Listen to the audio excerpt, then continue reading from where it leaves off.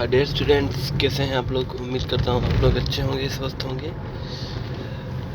हमने जो पिछला वीडियो जो बनाया था वो था रिफॉर्मेशन के बारे में। धर्म सुधार आंदोलन के जो मुख्य प्रणेता थे, उन्होंने क्या क्या किया, उनका क्या क्या योगदान रहा, ये हमने पढ़ा था।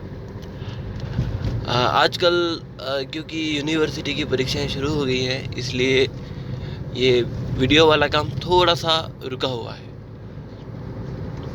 लेकिन फिर भी मैं कोशिश करता हूँ कि जब भी थोड़ा सा भी वक्त मिलता है मैं इसको वीडियो को एक क्रिएट करने की कोशिश कर रहा हूँ। तो आप भी क्योंकि मैं एक अपने बिजी शेड्यूल में ये कोशिश कर रहा हूँ, तो आपको भी चाहिए कि उसी प्रतिबद्धता के साथ आप पढ़ाई करें। तो हम जो धर्म सुधार आंदोलन है उस पर आगे बढ़ते हैं। अब उसके फ्रांस और इंग्लैंड पर क्या प्रभाव पड़े, इसके बाद प्रति धर्म सुधार आंदोलन, काउंटर रिफॉर्मेशन जिसे कहा जाता है। आपको ये टर्म भी याद रखनी है, काउंटर रिफॉर्मेशन, क्योंकि ये काउंटर रिफॉर्मेशन का क्वेश्चन कई बार अलग से आता है। और इसके क्या क्या धर्म सुधार आंदोलन के क्या क्या परिणाम सामने आए। तो हम आगे बढ़ते हैं। सबसे पहले फ्रांस पर क्या प्रभाव पड़ा। हमने लास्ट में पढ़ा था कि काल्विन के जो विचार थे, काल्विन के जो उदारवादी विचार थे, उन पर कई जो साजिशें की गई, उनको रोकने के लिए कई साजिशें की गई। लेकिन इसके बावजूद काल्विन के विचारों को प्रसारित करने से कोई रोक नहीं पाया। अब इसकी शिक्षाओं का फ्रांस के निवासियों पर बहुत अधिक प्रभाव पड़ा। हालांकि जो फ्रांस में अधिक सुधारकों को अधिक सफलता नहीं मिल पाई, इसके बावजूद हजारों लोग प्रोटेस्टेंट मत के अनुयायी बन गए। अब क्या हुआ कि फ्रांसीसी जो शासक थे वो भी इसको अधिकतर पसंद नहीं करते थे कि फ्रांस में प्रोटेस्टेंट या सुधारवादी मत लागू हो। लेकिन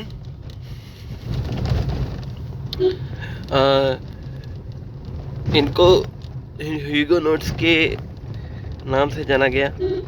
इसके बाद फ्रांस के शासकों ने इनके दमन का पूरा प्रयास किया। हमने देख लिया कि इन्होंने पूरी कोशिश की कई तरीकों से कि ये प्रोटेस्टेंट जो है वो आगे नहीं बढ़ पाए।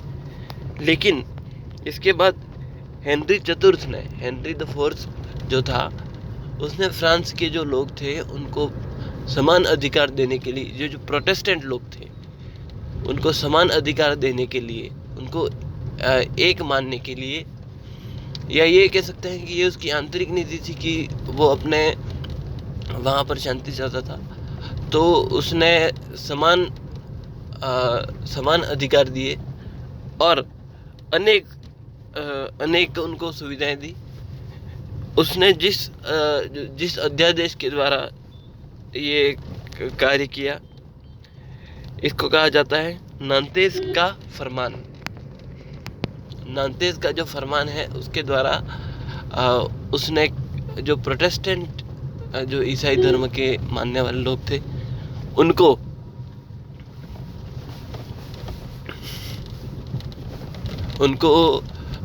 जो फरमान दिया उसके अनुसार उनको काफ़ी सुविधाएं दी गई।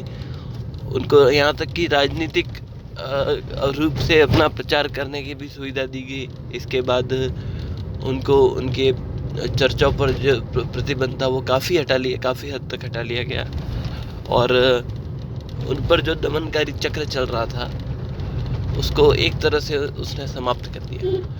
तो इस नांतेस के फरमान का काफ़ी दूरदर्शी प्रभाव दिखाई देने लगा फ्रांस पर। इसके बाद इंग्लैंड पर क्या प्रभाव पड़ा। इंग्लैंड में एंग्लिकनिज्म नामक एक नए वाद की शुरुआत हुई। ये भी दरअसल एक प्रोटेस्टेंट की ही तरह था। एक्चुअली इंग्लैंड जो था वो धर्म सुधार के मामले में इन सभी देशों से बहुत आगे था।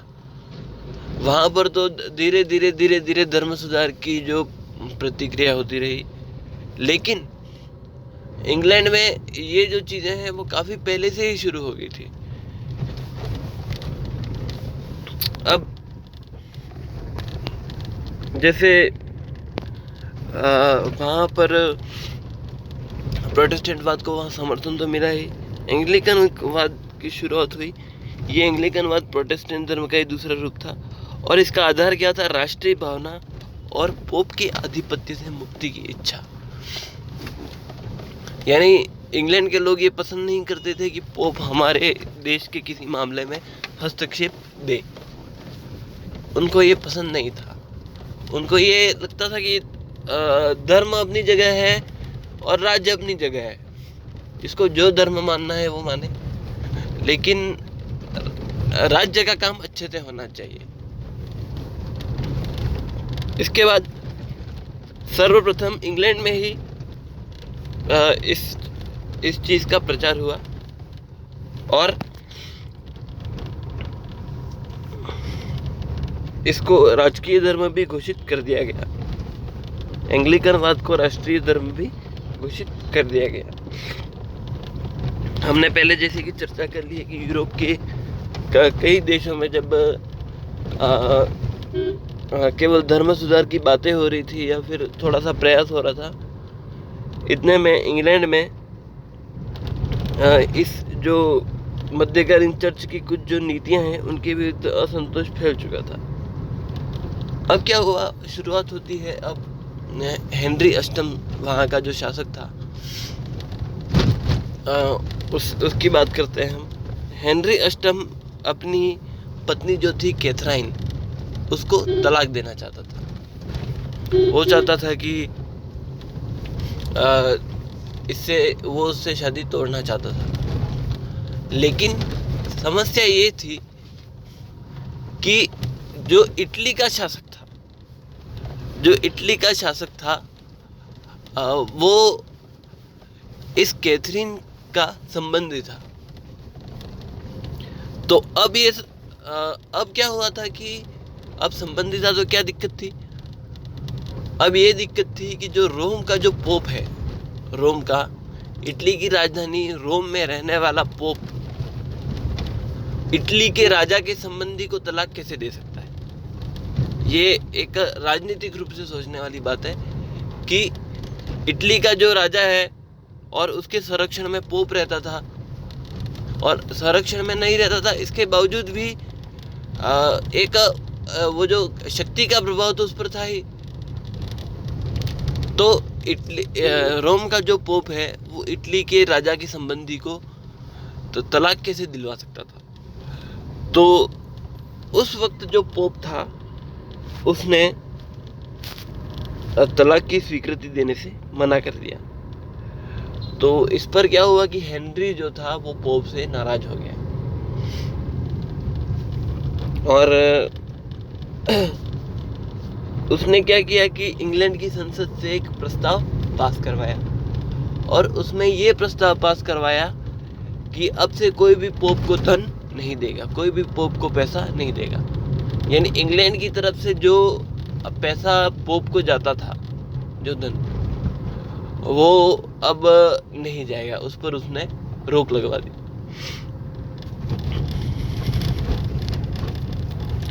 इसके बाद उसने क्या किया कि राजा को ही उसने इंग्लैंड के चर्च के जो मामले हैं उनका प्रधान बना दिया। इंग्लैंड की संसद ने राजा को चर्च के मामलों का, धार्मिक मामलों का प्रधान बना दिया गया।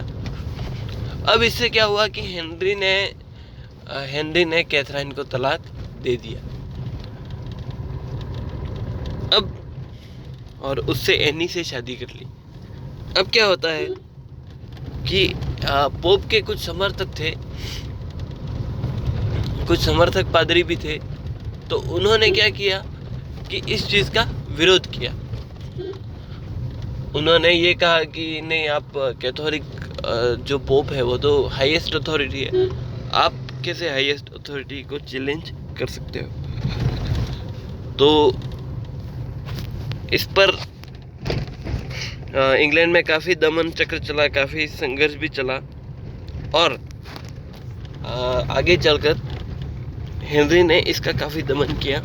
इसके बाद एडवर्ड षष्ठ सिंहासन पर बैठा और उसके समय में काल्विनवादी विचारों का प्रवेश हुआ। अब काल्विनवादी विचार पहले हमने डिस्कस किए हुए हैं कि क्या होता है। काल्विनवादी विचार ये होते हैं कि एक सादगीपूर्ण विचार, यानी न इस धर्म को अधिक तड़क भड़क वाला नहीं बनाना है। ऐसा जैसे जो चर्च थे उनमें से शीशे हटा लिए गए, और ये भी देखा गया है कि जब से इन्होंने काल्विनवादी विचारों को अपनाया तब से इन यूरोपीय राज्यों की प्रगति आरंभ हो गई। क्योंकि इससे क्या हुआ कि जो धर्म था, धर्म वाला जो पक्ष था, वो एक साइड में चला गया। अधिक इसको जो कहते हैं कि अधिक जो लोगों का मन मस्तिष्क पर हमेशा जो धर्म धर्म धर्म छाया रहता था वो साइड में चला गया, और लोगों को अच्छी गवर्नेंस की ओर ध्यान जाने लगा। वो ये सोचने लगे कि वो ये कहने लगे कि चलो धर्म तो हमारा निजी विषय है, इसको तो हम मान लेंगे, कोई दिक्कत नहीं है, हम पूजा भी कर लेंगे, लेकिन इसमें तड़क भड़क करने की क्या जरूरत है। तो काल्विनवादी जो विचारक थे वो ये मानते थे कि धर्म एक निजी मामला है और एक सादगीपूर्ण तरीके से होना चाहिए। चर्च के भी शीशे हटा लिए गए थे, वहाँ के जो चर्चेस थे वहाँ के शीशे भी हटा लिए गए थे। तो इस तरह से एडवर्ड छठे के काल में ये जो काल्विनवादी सुधार जो कहा जाता है उनका प्रवेश हुआ। इसके बाद एडवर्ड के बाद क्या हुआ कि उसकी बहन मैरी ट्यूडर सिंहासन पर बैठी और इसने कैथोलिक चर्च की स्थापना का पुनः प्रयास किया। यानी कैथोलिक चर्च कौन सा? वो चर्च जो रूढ़िवादिता में विश्वास रखता था या फिर काफ़ी वो हो गया था। उसने यहाँ तक कि सारे सुधारों को खत्म करने की कोशिश भी की। मैरी ट्यूडर ने एक तरह से प्रोटेस्टेंटों पर जुल्म ढाए और इसको इतिहास में खूनी मैरी के नाम से जाना जाता है। इतिहास में मैरी ट्यूडर को खूनी मैरी के नाम से जाना जाता है।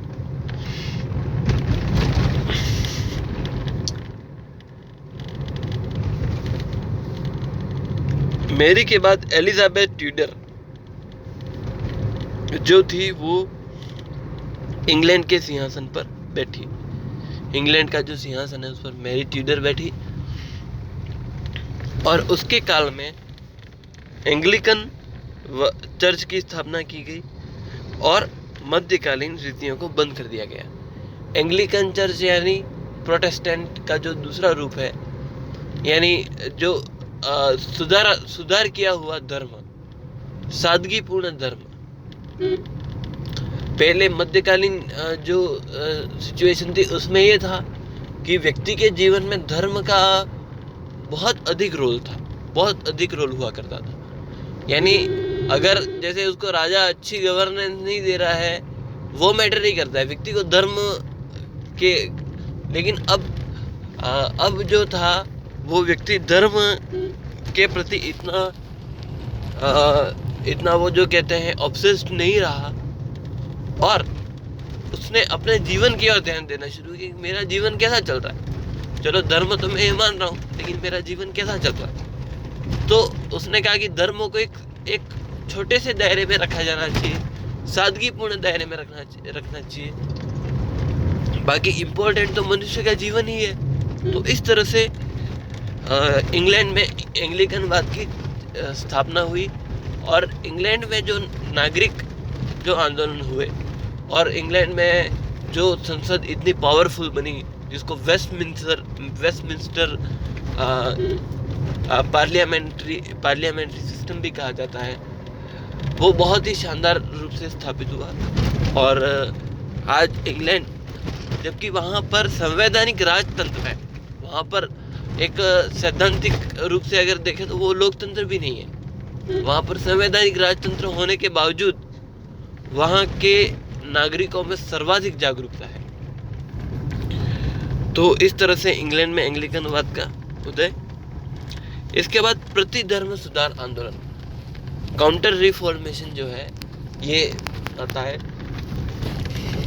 काउंटर रिफॉर्मेशन पर अक्सर टिप्पणी पूछी जाती है कि आप इस पर कमेंट कीजिए कि काउंटर रिफॉर्मेशन क्या है।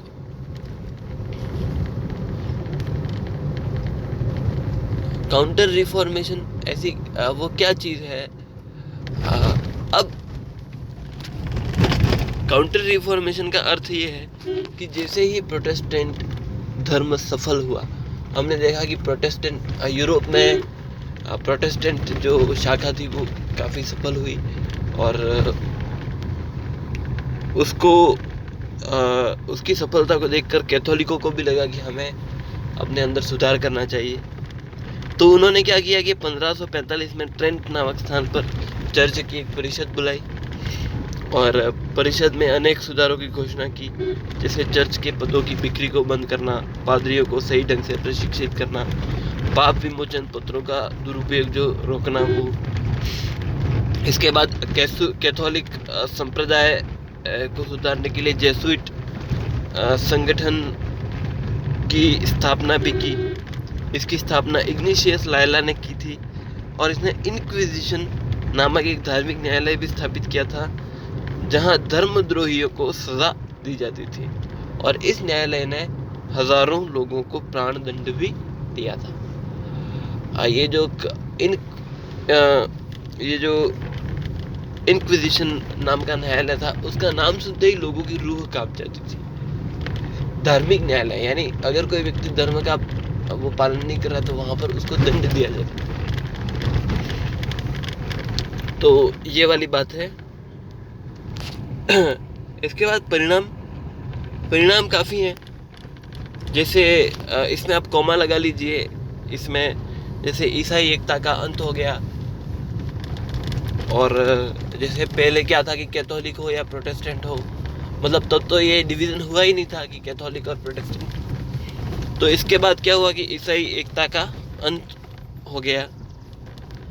इसके बाद मतभेदों की उत्पत्ति, प्रोटेस्टेंट और कैथोलिक जो चर्चेस थे उसमें काफ़ी मतभेद उत्पन्न हुए और यहाँ तक कि कैथोलिक के अंदर भी और प्रोटेस्टेंट के अंदर भी बहुत सारे मतभेद उत्पन्न हुए।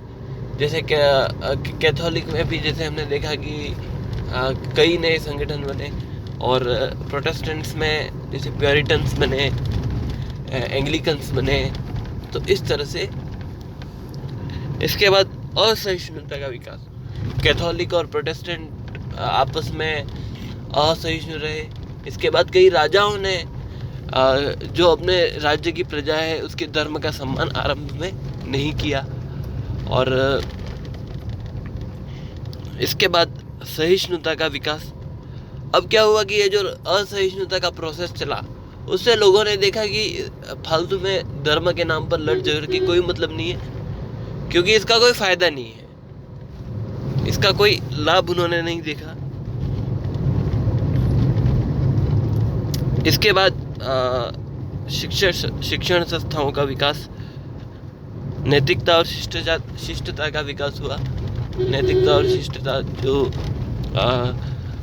काफ़ी समय से एक पादरी वर्ग में जो जरूरी थी उसका विकास हुआ। इसके बाद शिक्षण संस्थाओं का विकास, लोगों ने अब पढ़ाई की ओर ध्यान देना शुरू किया और जो कोर्स था उसमें अब विज्ञान और कई महत्वपूर्ण बातें सिखाई जाने लगी और धर्म से संबंधित सिलेबस को कम कर दिया गया, क्योंकि इसका कोई यूज़ नहीं था। जब अगर देश को प्रगति चाहिए तो लोगों में राष्ट्रीयता का होना जरूरी है। इसके बाद विकास, इसके बाद व्यक्ति की महत्ता का विकास, इंडिविजुअलिटी का जो विकास हम इंग्लैंड में देखते हैं वो हुआ। उसके बाद राजाओं की शक्ति का विकास, क्योंकि धार्मिक शक्ति कम हो गई थी। धार्मिक जो जो जिसको कहते हैं प्रतिबद्धताएं कम हो गई थी। तो इसके बाद राजाओं की शक्ति का विकास हुआ। राजाओं के कार्य में चर्च ने हस्तक्षेप करना बंद कर दिया और खास करके हेनरी अष्टम का जो स्टेप था, उसके बाद कई राजाओं ने वहाँ पर अपने देश के धर्म को अपने नियंत्रण में ले लिया। उसके बाद धर्म का हस्तक्षेप पूरी तरह से समाप्त हो गया। उसके बाद लोक साहित्य का काफ़ी विकास हुआ और धर्मनिरपेक्षता का भी काफ़ी विकास हुआ। जो लोगों ने इस बात में इंटरेस्ट लेना बंद कर दिया कि धर्म क्या है, जाति क्या है, और इस चीज़ का वहाँ पर विकास हुआ। आगे चलकर इस चीज़ ने पूंजीवाद के विकास में भी सहयोग दिया और पूंजीवाद एक बड़ी प्रवृत्ति बनकर उभरा, क्योंकि लोगों का ध्यान अब धर्म से हटा। तो उन्होंने सोचा कि अब हम पैसा कमाएंगे, अपने जीवन को सुखी बनाएंगे। तो उन्होंने पूंजीवाद पर ध्यान देना शुरू कर दिया और इस तरह से आज हम देखते हैं कि जो बड़ी बड़ी कंट्रीज हैं, यूनाइटेड स्टेट्स वगैरह, और जो इंग्लैंड, यूरोपियन कंट्रीज हैं, वहाँ पर आज पूंजीवाद की विचारधारा प्रबल है। तो इस तरह से हमारा जो धर्म सुधार आंदोलन वाला टॉपिक है वो इस तरह से समाप्त होता है। Thank you so much.